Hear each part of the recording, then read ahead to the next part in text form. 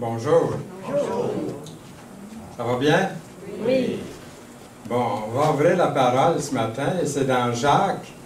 Et le thème, c'est « Guerre de l'intérieur » dans Jacques 4, les versets 1 à 10. C'est une série qui se poursuit depuis maintenant plusieurs mois. On a fait une petite pause durant les fêtes, mais on reprend aujourd'hui.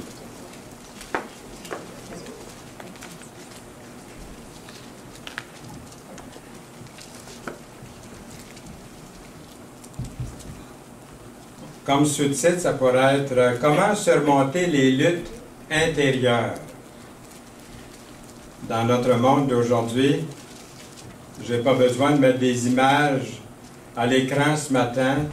Je n'ai pas besoin de mettre des petits bouts de film. Dans le monde d'aujourd'hui, nous sommes engagés dans ce qu'on pourrait appeler les guerres de terreur. Pas vrai? Oui.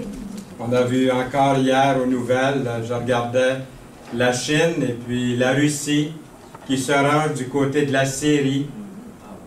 Il y a des morts à tous les jours, plusieurs centaines de morts, des tueries, des massacres. C'est vraiment, on vit dans des guerres de terreur. Il y a eu l'Égypte, ça continue même en Égypte. Après un an, le Pakistan, l'Afghanistan, et on pourrait continuer comme ça. Est-ce qu'on s'habitue?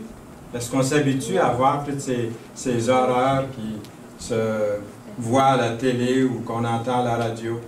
Dans les journaux, c'est rapporté aussi. Mais ce qui est la plupart du temps négligé, et c'est ça qui est important, et c'est ce que l'épître de Jacques souligne dans notre contexte d'aujourd'hui, la guerre a ses débuts dans le cœur de l'homme. C'est vraiment là qu'est la guerre.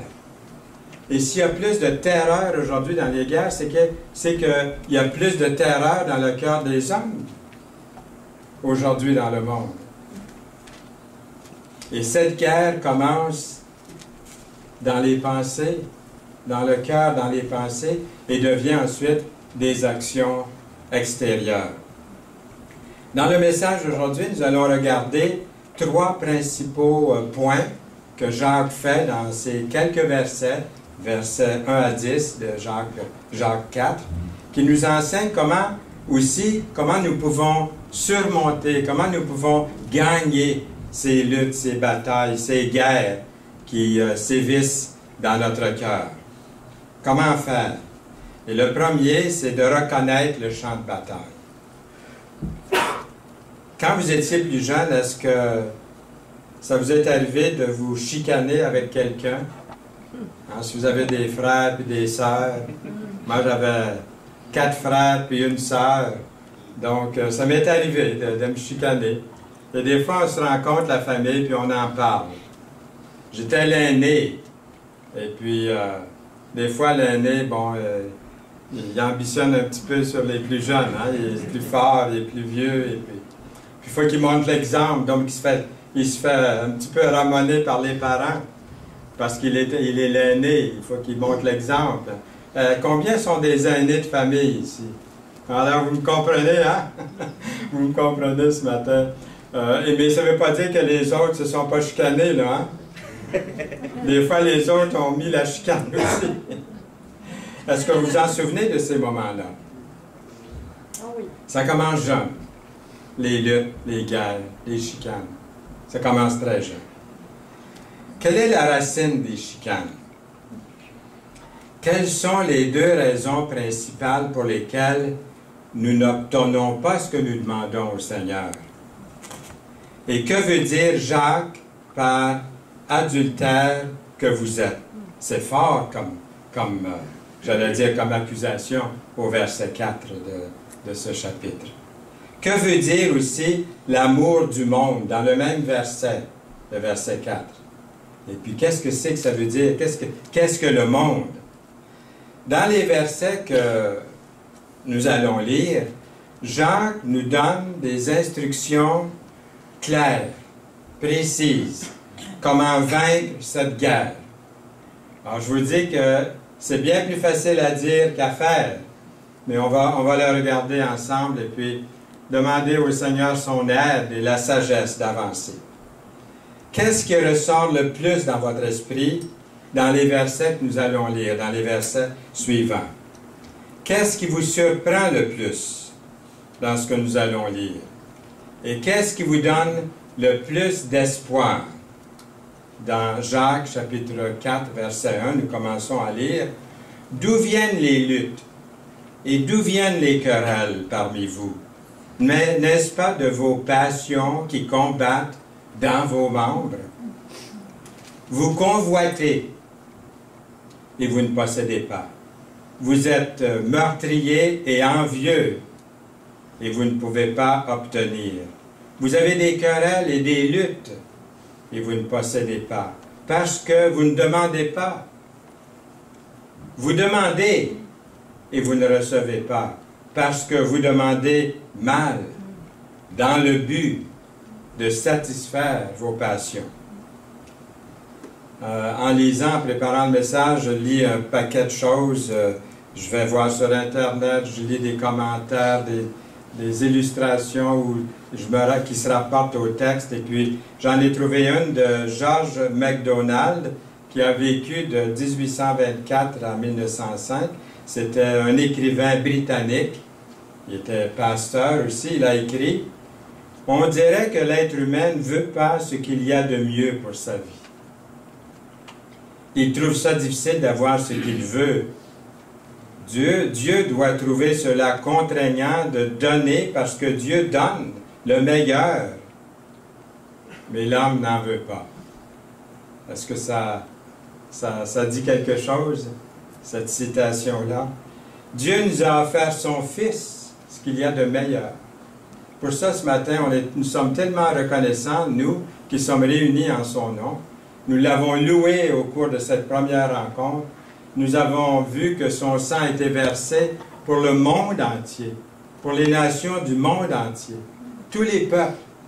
Mais il y en a une petite poignée seulement, si on compare à ce monde, à cette population mondiale de tous les siècles.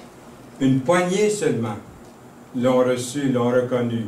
On peut comprendre le Seigneur qui dit qu'il est le chemin, la vérité et la vie. Le chemin est étroit et il y en a peu qui le trouvent. Et grâce à Dieu, si vous avez accepté Jésus comme votre Sauveur, comme votre Seigneur, et que vous voulez marcher dans ses traces, voyez le grand privilège que nous avons, le grand bonheur de l'avoir connu. Mais revenons aux luttes. D'où viennent les luttes? Jacques pose la question dans le verset 1. Reconnaître, premièrement, qu'il y a des luttes qui pourraient provenir de quoi? Souvent, les luttes viennent de désirs, d'après le contexte que nous avons ici ce matin, viennent de désirs égoïstes, égocentriques, qui font la guerre dans notre cœur. Comment Satan s'y prend-il pour affecter notre esprit, notre intelligence? Par l'égoïsme. L'égoïsme fait surface parce que nous voulons obtenir quelque chose que nous ne pouvons pas obtenir, acquérir. Ou nous envions des choses que les autres ont. Des fois, c'est la Lune, hein? On voudrait décrocher la Lune. Ici, c'est la Terre, on voudrait avoir tout. Mais on ne peut pas l'obtenir. Nous ne demandons pas toujours ces choses-là à Dieu. On n'oserait pas. Il y a des choses qu'on ose demander, mais on demande mal. Lorsque nous lui demandons de la mauvaise manière, avec des motifs mauvais, toujours d'après le contexte que nous avons devant nous ici ce matin. Se pourrait-il que la plupart de nos luttes spirituelles proviennent de nos désirs égocentriques, égoïstes, afin d'obtenir ce que nous ne possédons pas, parce que nous ne sommes pas satisfaits avec ce qu'on a déjà? Lorsque vous n'obtenez pas ce que vous voulez vraiment, comment est-ce que vous vous sentez? Quand je désire quelque chose que je ne peux pas avoir, que je désire tellement, comment est-ce que je me sens? Quand on est déménagé à Montmagny en 1962, pour établir une église là-bas. On était près du fleuve. Et nous avions une vue magnifique sur le fleuve Saint-Laurent. Vous connaissez Montmagny, vous êtes passé par là. Hein, c'est les espaces, c'est la grandeur. Quand vous montez dans l'auto pour aller à quelque part, c'est des kilomètres, hein, beaucoup de kilomètres. Mais c'est tellement beau. Et l'air est pur, l'air est clair. Je sais pas, il y avait quelque chose qu'on aimait beaucoup. Nous sommes natifs de Trois-Rivières, mon épouse et moi. On était près du fleuve à Trois-Rivières, mais dans une ville. Et même si on allait souvent auprès du fleuve pour le voir. Mais là, on avait une belle vue. Puis un jour, après 3 ans, les réunions se faisaient... autrefois, il y avait une église, il y avait un collège pour garçons. Vous voyez, dans le carré, là, c'est là, nous, qu'on habitait. Mais quand on était là, à Montmagny, voyez-vous, il n'y avait plus l'église, là, qui n'était plus là. Mais il y avait toujours cette maison-là. On avait enlevé le clocher. Et puis, nous, on a fait des réunions. Les réunions ont commencé pendant 3 ans. On avait une grande cuisine de 18 pieds par 22. Alors, on faisait les réunions dans une vieille maison, une ancienne école.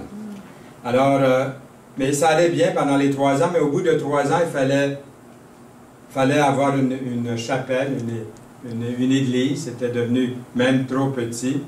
Et puis, on a commencé à chercher un terrain, puis aussi pour la maison. Parce que là où on habitait, on était au vent. On était à l'abri du pont de Québec, comme les gens disent de Montmagny, qui veut dire que c'est très froid l'hiver. Moi, j'étais habillé avec mon manteau l'hiver. Les enfants habillés, on les lavait, puis on les mettait tout de suite dans leur skidoo, dans la maison, là, dans leur ski suit, je veux dire, dans leurs vêtements d'hiver. Et puis, personne n'avait attrapé le rhume pendant les 3 ans. Le Seigneur nous a gardés. C'est quand on était rendu dans notre nouvelle maison qu'on a eu la grippe, puis le rhume, puis toutes ces choses-là. Pourtant, on était bien à la chaleur. Mais le Seigneur a le sens de l'humour, hein? On le voit dans des circonstances comme ça. On était très reconnaissants. Mais ce qui est arrivé, c'est qu'on a prié. Ce que je veux amener ici comme illustration, c'est que des fois, on désire quelque chose, puis ce n'est pas la volonté de Dieu. Là, quand on a commencé à chercher un terrain, c'est une longue histoire, mais je la fais courte. On se promenait autour de Montmagny. Puis là, on avait trouvé une place, quand on part de Montmagny, puis qu'on va vers Saint-Paul, ou vers le sud. Ça monte très, très à pic pour ceux qui connaissent la région, là. Et puis là, juste en haut, il y a une espèce de belle petite courbe, là. Puis là, il y avait une vue absolument magnifique.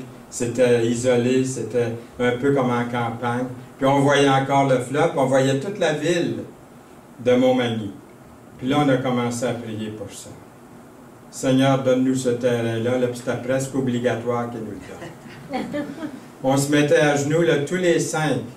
On faisait dans ce temps-là tous les 5 dans le grand fauteuil, dans le salon. On était tous les 5 à genoux. Puis on implorait Dieu de nous donner un terrain pour qu'on puisse construire une maison, puis dans la même année, une chapelle. J'avais partagé ça avec notre frère Jean-Paul Bernet une fois en route. J'avais dit, on prie pour 2 choses cette année, Jean-Paul. J'ai dit même 3. On prie pour une maison, une chapelle, puis une auto. Je pense qu'on a fait une basse dans la route quand j'ai dit ça, parce qu'il s'est tourné. Tout ce qu'il dit, ouais, vous avez besoin d'avoir la foi. Et je vous garantis que il semble bien qu'au début, j'aimerais avoir la foi qu'on avait dans ce temps-là. On l'a encore, mais je veux dire, c'était tellement naïf. Puis la foi, des fois, c'est comme ça, hein? De mettre tellement sa confiance en Dieu. Mais dans l'année a fini, on avait une maison, on avait une chapelle, puis on avait une nouvelle voiture. Dans la même année. Alors, c'était vraiment miraculeux. Le Seigneur a fait des choses formidables. Et puis, mais ce n'était pas la volonté du Seigneur qu'on aille dans la montagne. Un jour, je fais un voyage en Ontario, puis je parlais avec un missionnaire. Je demeurais chez lui pendant que j'étais là. Il avait été missionnaire. Il dit, Fernand, va-t'en pas, il dit. Et lui, il ne connaissait pas la région, il n'était jamais venu. Il dit, va-t'en pas en dehors de la ville de Montmagny. Il dit, il faut que les gens te voient marcher. Il faut que les gens te voient à bicyclette. il faut que les voisins te voient vivre avec votre famille. Va pas t'isoler en campagne, à quelque part, dans un coin. Il faut que les gens te voient. C'est ça l'évangélisation. Là, on a commencé à prier quand même, mais Seigneur, donne-nous ce qu'il y a de mieux dans ta volonté. Et puis finalement, on était dans un quartier où tout le monde vivait, un nouveau quartier. Ça, c'était notre maison. Et puis, vous avez Yolande ici, avec les 3 enfants, en train de glisser. On était proche de l'école. Et puis, on n'était pas tellement loin de l'Assemblée non plus. Le Seigneur a béni. Et puis, la chapelle, elle a sorti un dimanche. On a pris une photo ici de l'Assemblée de Montmagny à l'époque. Donc, le Seigneur a béni.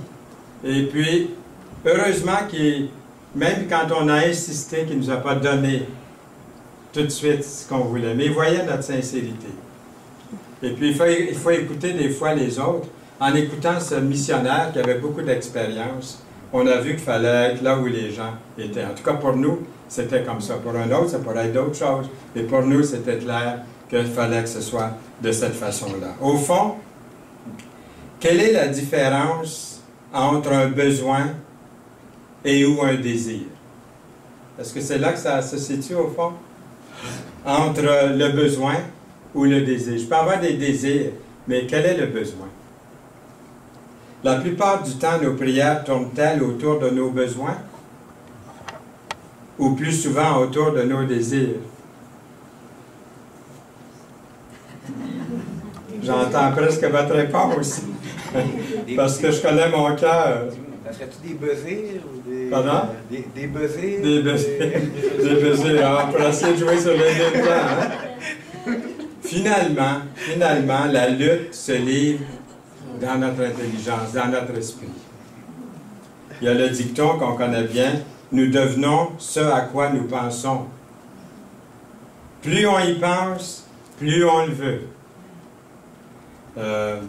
Romains 12:2 nous dit que nous pouvons être transformés par le renouvellement de notre intelligence. Soyez transformés par le renouvellement de l'intelligence afin que vous discerniez. Très important ce verbe-là. Discerniez. Quelle est la volonté de Dieu? Ce qui est bon, agréable et parfait.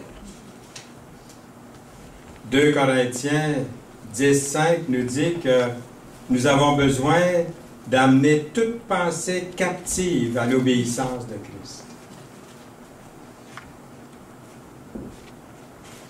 Je suis rendu un peu plus loin. Et comment renouveler notre intelligence? Parce que qu'est-ce que ça prend pour renouveler notre intelligence? Comment rendre toute pensée captive? Est-ce que je laisse mon cerveau ouvert à toutes sortes d'influences qui pourraient être néfastes? Alors, sur le champ de bataille, tenir ferme. Et là, c'est fort le verset. Adultères que vous êtes, écrit Jacques, ne savez-vous pas que l'amour du monde est inimitié contre Dieu? Celui donc qui est celui donc qui veut être ami du monde se rend ennemi de Dieu. Jacques 4:4. Croyez-vous que l'Écriture parle en vain? C'est avec jalousie que Dieu chérit l'Esprit qu'il a fait habiter en nous. Il a fait habiter son Esprit en nous. Et c'est avec jalousie que Dieu chérit cet Esprit qu'il a mis en nous. Il accorde au contraire une grâce plus excellente. C'est pourquoi l'Écriture dit « Dieu résiste aux orgueilleux, mais il fait grâce aux humbles. » Mais où tracer la ligne, là? L'offensive va jusqu'à où? Je pense que... Jusqu'où? Je pense que ici Jacques trace la ligne. Il dit « L'amour du monde est inimitié contre Dieu. » Alors, moi, je vois que Jacques n'y va pas de main morte. Il va plus fort que moi je serais allé, là. Jacques. Il veut nous faire saisir quelque chose. Il va pas mal fort, mais est-ce que vous ne pensez pas? Mais il y a une raison. Et j'aimerais illustrer de cette façon-ci. Supposons que dans une certaine ville vit un homme et sa femme qui vivent en paix et puis ils s'aiment beaucoup tous les deux. Il n'y a pas de problème entre eux.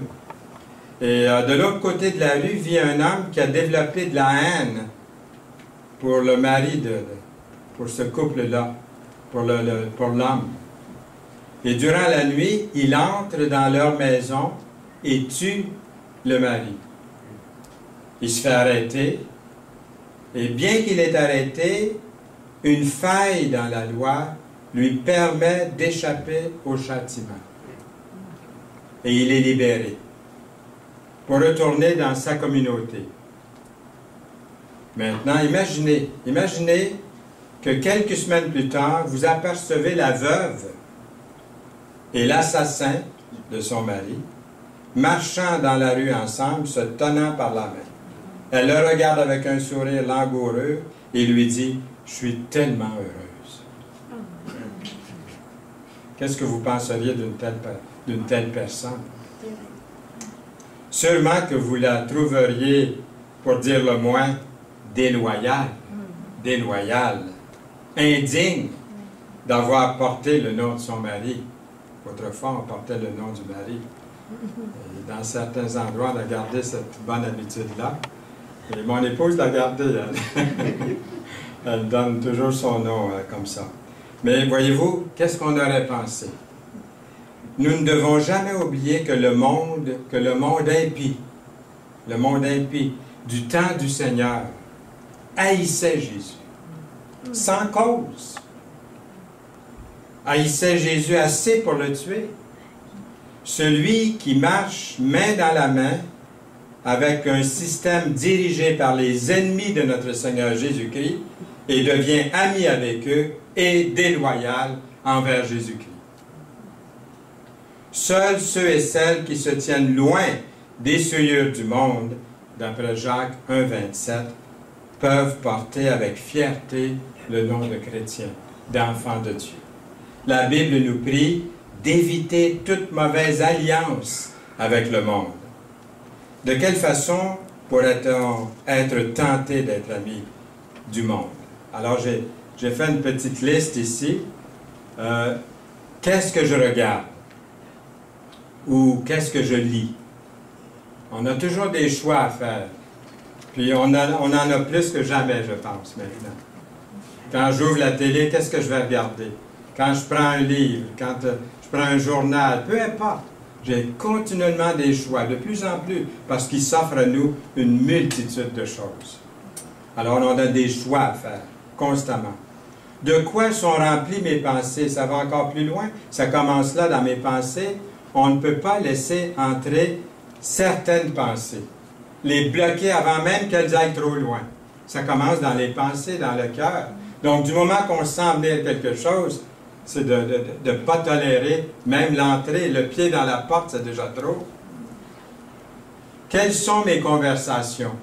Est-ce que mes conversations à la table ce midi, avec mes amis ou avec la famille, est-ce que ça va être pour construire ou pour démolir? Quelles sont mes conversations? Je me laisse influencer par qui ou par quoi? Dieu nous appelle, Dieu nous a appelés à une relation étroite avec son Fils, le Seigneur Jésus-Christ. L'image de ce rapport est comparée ni plus ni moins qu'au mariage. Une fois que nous sommes mariés à Jésus-Christ par notre salut, par la nouvelle naissance, nous sommes appelés à lui demeurer fidèles et à lui seulement. Par exemple, lorsque nous mentons, nous lui sommes infidèles. C'est comme si nous commettions l'adultère. Je comprends un peu mieux pourquoi Jacques écrit de la façon qu'il l'a fait. La comparaison est là. Quand nous trichons dans un examen devant Dieu, c'est comme si nous commettions l'adultère. Lorsque nous faisons n'importe quoi autre que ce qu'il nous demande de faire, c'est comme c'est comme lui être infidèle de faire n'importe quoi autre que ce qu'il demande de faire. Et puis, Jacques dit être ami du monde, au verset 4 du chapitre 4, voudrait dire que nous avons échangé nos relations. C'est pour ça qu'il est dit de Dieu qu'il est un Dieu jaloux. Nous avons abandonné Dieu, nous avons laissé de côté le Seigneur, et puis nous lisons, il est un Dieu jaloux. L'histoire qu'on a entendue tantôt dans l'illustration. Il dit dans Exode 25, « Car moi, l'Éternel, ton Dieu, je suis un Dieu jaloux. » Dans l'Ancien Testament, nous avons ce texte. Dieu désire toute notre affection. Et à quel moment devenons-nous infidèles à Dieu? En quoi changeons-nous Dieu pour le monde? À quel moment ça arrive? Et troisièmement, avoir un plan de bataille précis. Nous lisons « Soumettez-vous donc à Dieu » au verset 7. Comme illustration, comme les éleveurs de moutons, une dame très très prospère du nom de Lexi Fowley avait essayé à peu près tout pour arrêter les fameux coyotes de dévorer ces moutons, de tuer ces moutons. Elle a utilisé des vaporisateurs puants, ça a bien fait. Elle a mis des clôtures électriques. Les coyotes sont assez fins pour détourner ça. Elle a mis des épouvantails. Elle s'est couchée même avec ses agneaux pendant l'été, puis a placé des radios, des appareils un peu partout, près d'eux, mais rien n'y fait. Il y avait toujours des coyotes qui venaient tuer, qui venaient voler des brebis, des moutons. En un an, les éleveurs de la région du sud du Montana avaient perdu une 50aine de moutons. Puis, elle a découvert quelque chose. Moi, ça m'a surpris de voir que ça marche, puis ça a marché. Apparemment, c'est une très bonne manière de faire fuir les coyotes. Elle a découvert le lama. Moi, je les vois des fois là, autour de Pâques, là, au centre d'achat chez nous. Il y a un petit parc dans le centre d'achat avec plusieurs animaux. Il y a toujours un lama. On ne s'approche pas trop parce qu'il nous crache au visage, mais il y a toujours un lama qui est là. Hein. C'est un animal agressif, on dit. L'agressivité du lama, ce drôle de mouton au long cou, apparemment n'a peur de rien. Et puis, elle s'est dit, les lamas ne semblent pas avoir peur de rien. Lorsqu'ils voient quelque chose, les lamas marchent droit vers cette chose-là, sans reculer. Ils affrontent. Les lamas ont un comportement agressif. En tout cas, en ce qui concerne les coyotes. En ce qui concerne les coyotes. Et ils ne veulent pas avoir affaire à cette résistance agressive des lamas, de la part des lamas. Les coyotes sont des opportunistes. Les lamas leur enlèvent cette occasion de tuer et de voler d'autres moutons. Apparemment, les lamas connaissent ce dont parle Jacques dans son épître. On y arrive. On dirait que les lamas savent de ce dont parle Jacques dans le verset 7. « Résistez au diable, et il fuira loin de vous. » Alors, c'est ça qu'il fait. C'est ça qu'ils font, les lamas. Du moment que nous sentons son attaque par le biais de la tentation, c'est à ce moment-là que nous devons résister, y faire face, agir en conséquence. Il est écrit, « Approchez-vous de Dieu, et il s'approchera de vous. Nettoyez vos mains, pécheurs, purifiez vos cœurs en bien résolus. Sentez votre misère, soyez dans le deuil et dans les larmes. Que votre rire se change en deuil, que votre joie en tristesse. Humiliez-vous devant le Seigneur, et il vous élèvera. » Un chrétien né de nouveau n'est pas heureux lorsqu'il cède à la tentation. S'il est heureux, puis s'il est à l'aise, qu'il examine vraiment sa vie. Est-ce qu'il a vraiment le Seigneur dans sa vie? Parce que le chrétien, lorsqu'il pêche, lorsqu'il chute, comme on voit ici, il va pleurer, il va verser des larmes. Son rire va se changer en deuil. Parce que l'Esprit de Dieu nous a sensibilisés. Autrefois, peut-être que ça ne nous a pas dérangés, mais aujourd'hui, ça nous dérange. Parce que c'est au Seigneur qu'on a affaire. C'est lui, c'est contre lui qu'on pêche. Ça, on l'a réalisé parce qu'on a son esprit. Et vous avez vu comment il est jaloux de l'esprit qu'il a placé en vous. Il est jaloux de l'esprit qu'il a placé en moi. Et parce qu'il nous aime. Aucune arme ne va en guerre, ou aucune armée, je devrais dire, aucune armée ne va en guerre sans premièrement avoir un plan. Et malheureusement, nous les chrétiens allons souvent au combat en commençant la journée sans aucun plan de bataille. Nous allons au front chaque jour. Je vais au front chaque jour. Rarement bien préparé à toutes ces choses que le monde va nous livrer sans retenue. Ta parole est une lampe à mes pieds et une lumière sur mon sentier. Psaume 119, verset 5. Avez-vous été pris d'assaut dernièrement? Qu'est-ce que le combat vous a appris? Est-ce que le combat vous a appris quelque chose? Avoir un plan de bataille précis. Et j'aimerais suggérer ici 6 éléments qui ne viennent pas de moi, mais qui viennent de l'Épître de Jacques pour nous aider dans notre plan de bataille qui nous sont offerts par Jacques. Premièrement, se soumettre au commandant. Notre plan de bataille commence par connaître le commandant. Connaissez-vous le commandant? Oui. Et comprendre ses ordres, comprendre qui est en contrôle. S'il nous arrive de nous placer nous-mêmes à la place du commandant en chef, alors la défaite est inévitable. Deuxièmement, résister à l'ennemi. Ah oui, je sais, c'est plus facile à dire qu'à faire, mais nous l'avons vu dans ce message ce matin. Résister veut dire vraiment là, mettre une barrière contre quelque chose, entre vous et la chose.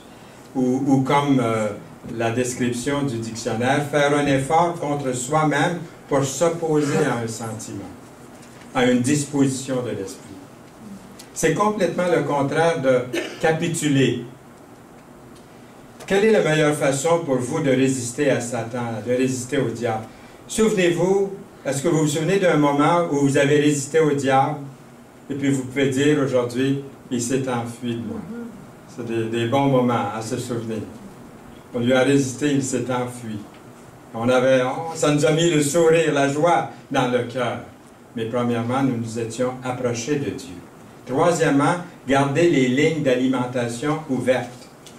Nous sommes sur un champ de bataille. Lorsque nous nous approchons de Dieu, il s'approche de nous. Plus nous demeurerons près de lui, plus nous serons nourris spirituellement. Allons souvent auprès de Dieu. Allons continuellement auprès de Dieu. Approchez-vous de Dieu, et il s'approchera de vous, dans le verset 8. Pourquoi Dieu s'attend-il à ce que nous nous approchions de lui en premier? Hein, c'est quand même assez intéressant de voir ça. Pourquoi c'est écrit comme ça? Qu'est-ce qui peut créer une distance entre vous et Dieu, entre moi et Dieu? Dans notre vie, qu'est-ce qui nous empêche ou qu'est-ce qui empêche les lignes d'approvisionnement d'être ouvertes en tout temps? Poser la question, là, de poser la question, bien, ça offre plusieurs réponses, ça offre des réponses.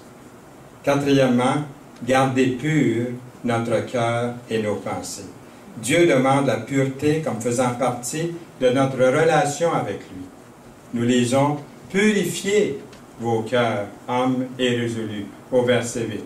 Irrésolu, qui a du mal à se décider, c'est ça, irrésolu, qui a du mal à prendre une décision. Dieu est sérieux concernant notre décision pour lui, c'est de viser la pureté. Cinquièmement, prendre Dieu au sérieux. Non seulement Dieu est sérieux au sujet de notre relation avec lui, il s'attend aussi à ce que nous soyons tout autant sérieux avec lui. Dieu nous dit, sentez votre misère. Voyez le deuil. Pardon, soyez dans le deuil et dans les larmes, au verset 9. Sixièmement, s'humilier devant Dieu. La promesse de Dieu est de nous relever lorsque nous nous sommes humiliés devant lui.